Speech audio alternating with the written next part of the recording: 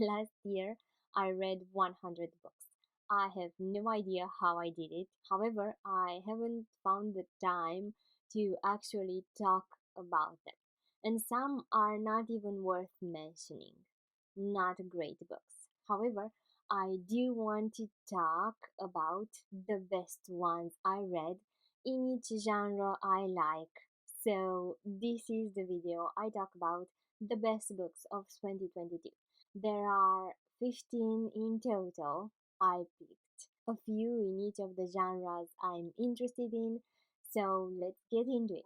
The first genre I'm talking about is fiction, and these are five books you have to read. The first one is Clara and the Sun. This was a captivating sci fi, a beautiful story told from a robot's point of view. It has lots of ideas and themes to think about, like friendship and faith, and it explores societal concerns about the rise of AI. If you remotely think about things like that, this book can't be missed. The next sci fi I loved is Project Hail Mary by Andy Weir. All Andy Weir's books are amazing, but this one is by far the best. Project Hail Mary is the perfect book to read even if you don't like sci fi. It is funny, and by far one of the best things in it is how science mixes with languages, communication, speculation, and the world scenarios. I loved everything about it. It is a unique sci-fi you must read even if you don't love sci-fi. The next one is another apocalyptic read. It is Parable of the Sower by Octavia Butler, along with Parable of the Talents by the same author. This book is just amazing. If you're interested in an end of the world scenario by climate change, this is just wonderful. The themes in it, the way it portrays characters, people's reaction to poverty, the way people are cruel, and the way they don't care about others when their own survival is at risk, the way people are about cults and religion, especially how, when survival is at stake, religion develops in such a powerful tool to manipulate people. The discussion around this book can be endless. And the way Octavia Butler created every character in it is just genius. I love this novel and I can't wait for you to read it as well. Another fiction I really liked is The Invisible Life of Addie LaRue. This novel by Victoria Schwab was just so interesting. With everything in it, it just gave me a beautiful, dark, and lonely vibe, but it also made me think a lot about what immortality means, what doing the right and wrong thing means, and what it is to leave something behind you in this world. Addie LaRue is blessed to live forever and cursed to be forgotten, and her existence is lonely. It is also, however, very inspiring. So, really read this book. And the next one I want to talk about, the last on my fiction and science fiction list, is The Immortality Thief. This novel is the first one by author Taron Hunt. It is fast paced, full of scary creatures, and very beautifully written. It's a space opera, and it is again about the quest for immortality. If you love Project Hail Mary, you'll just love this one as well. So, yes, maybe a theme emerged from last year, immortality mixed with apocalypse scenarios. These are all wonderful reads and interesting themes to think about. Absolutely fascinating. Moving on to another category, romances. I read 27 romances in 2022, and these are three of my favorite ones. The first one is Hook, Line, and Sinker by Tessa Bailey. This is the second part of a novel. It happened one summer, and I love this one better than the first. So this is why I'm recommending it. Of course, it is always better to read the first one as well, but this one can be read independently. If you love hot and funny reads, this is just perfect, and the music references in it are to die for. If you plan on reading it, I actually made a playlist with all the music in it so you can listen to everything as the action unfolds. Another romance I loved in 2022 is All Your Perfects by Colleen Hoover. Apart from all the other novels by Colleen Hoover, this one is just wonderfully sad as well as hopeful.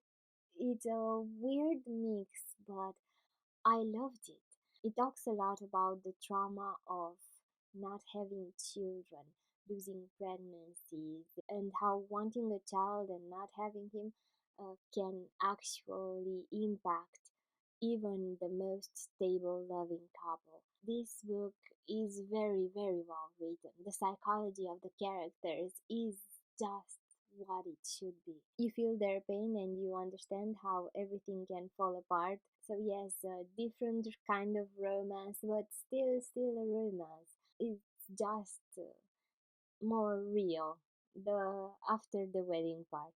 So if you're looking for something more mature, yeah, this this is the book for you.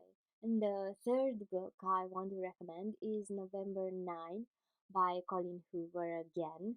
I can barely contain myself to only recommend two Colin Hoover books, but this one actually piqued my interest as well. It really reminded me of the movie Serendipity. It gave me a hopeful, romantic, inspired vibe, and I think it is a cozy little read. I loved it. I really, really recommend it for if you want to get the feeling of if something is meant to be, it will eventually happen. Yeah, it is one of the best feelings you can get from a romance. So, November 9 by Colin Hoover. Moving on to another category, historical fiction.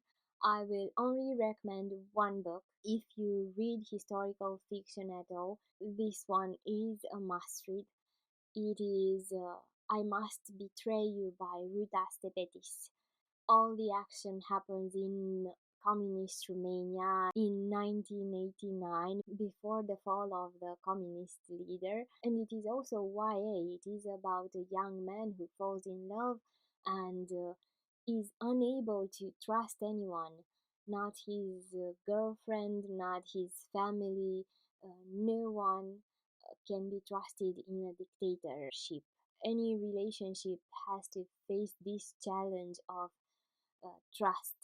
The level of documentation of what happens in a dictatorship is beyond amazing. And I am Romanian. There are things in there I didn't even know about. That is also because I'm not old enough to actually have lived through the communist regime. I was 2 years old when Ceausescu fell from power, and this book really taught me things, but it taught me things not as a Romanian, as a person. It taught me how people react to violence and loneliness, about history, about how no one is blameless, and no one is really 100% to blame for something because the system is very powerful, and to resist it actually requires too much of a person. It is nearly impossible to make a difference when everything is set up in a certain way, and it is absolutely impossible to do otherwise than fall to the party line. When you think about the safety of your family, the level of blackmail that happens in a dictatorship is incredible. And yet, there are people who resist even then. The strength necessary to do that is incredible, and you will understand that from this book. I loved everything about it, but that part was just amazing. So yeah, a must read historical fiction, the best I read in 2022. Moving on, I will recommend only one must read memoir, and that is I'm Glad My Mom Died by Jeanette McCurdy. This one was funny, and this is McCurdy's first book. I'm sure it won't be her last because her style is funny and refreshing, and she really has a very defined voice. She really created a memorable, amazing book, and I was completely enchanted by everything she had to say. She really has done a great introspective work, and the lessons she teaches us through her story are just wonderful. I wish everyone would learn to deal with their childhood trauma in the way she did. I'm sure the world would be a better place if everyone thought a lot more about what they go through and actually start to work on themselves, work on stopping bad behavior, and really knowing ourselves more. This is the message from this book, and it is delivered in the most funny, refreshing way possible. So, yes, this memoir is a must read. The last category I'm going to talk about are classics. In 2022, I read 18 classics. By far, my favorite reads in 2022 were first Pride and Prejudice. This was a reread for me, but I can't help recommending it. It taught me so much. I enjoyed reading it over and over again. The next one is Camille, or The Lady of the Camellias. This one is by Alexandre Dumas Fils. This French classic is just very melodramatic, powerful. The second time I read it, I cried again. It's just a wonderful story. Of course, it has its morals. Check out the full review on the blog because I talk a lot about the period it was written in and everything else that got inspired from it. So, yes, a trendsetter, a great romance, and a very, very sad book, but a wonderful read. The next one is Middlemarch.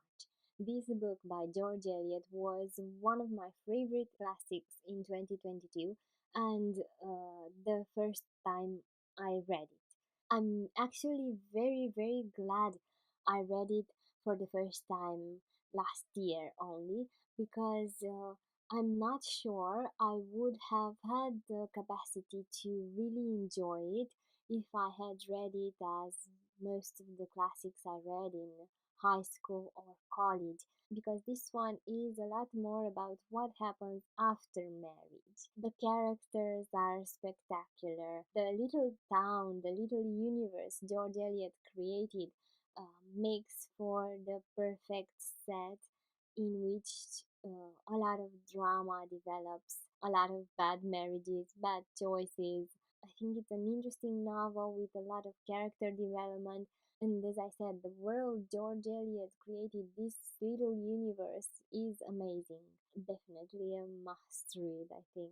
The next classic I loved in 2022 was The Picture of Dorian Gray.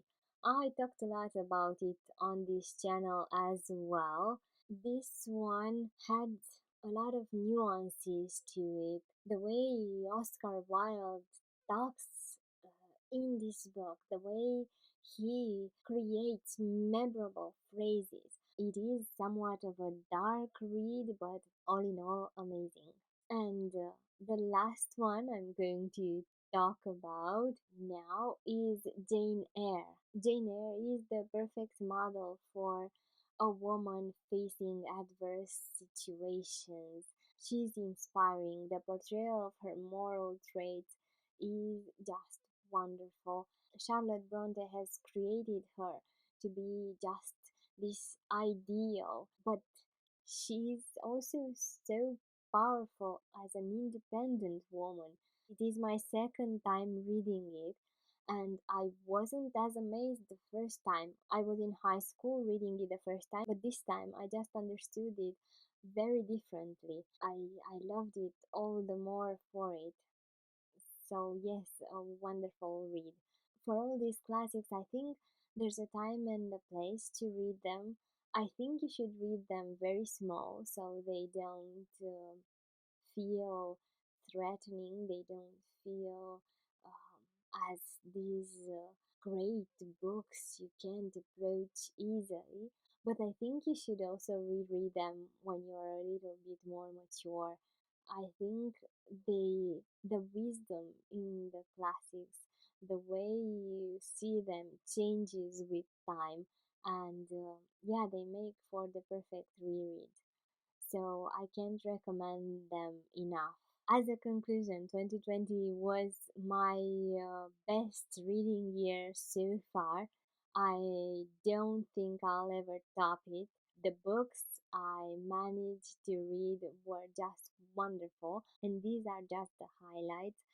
However, there are lots and lots of more books worth mentioning. I will do in the future a video for each and every one of the books I think are worth talking about. In the meantime, do comment below and tell me what was your favorite book from 2022.